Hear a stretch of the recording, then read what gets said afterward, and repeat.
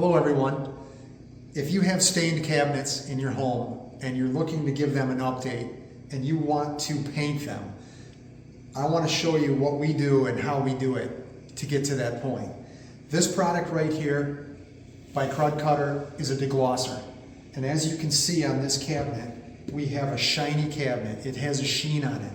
This is the very first step in the process that you need to take. It's the first thing we do when we work on cabinets in homes because it's going to cut into the layer of the sheen that's on this cabinet, and it's going to reduce it, and it's going to allow for our prime coat, a good bonding primer, to take hold, and that's the next important thing we do.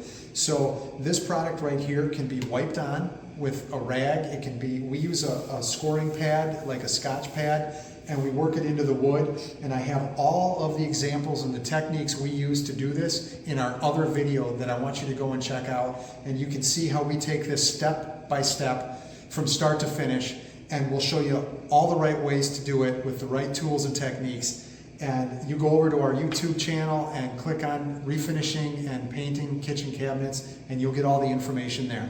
This product right here is the first step of the process. So come and check it out.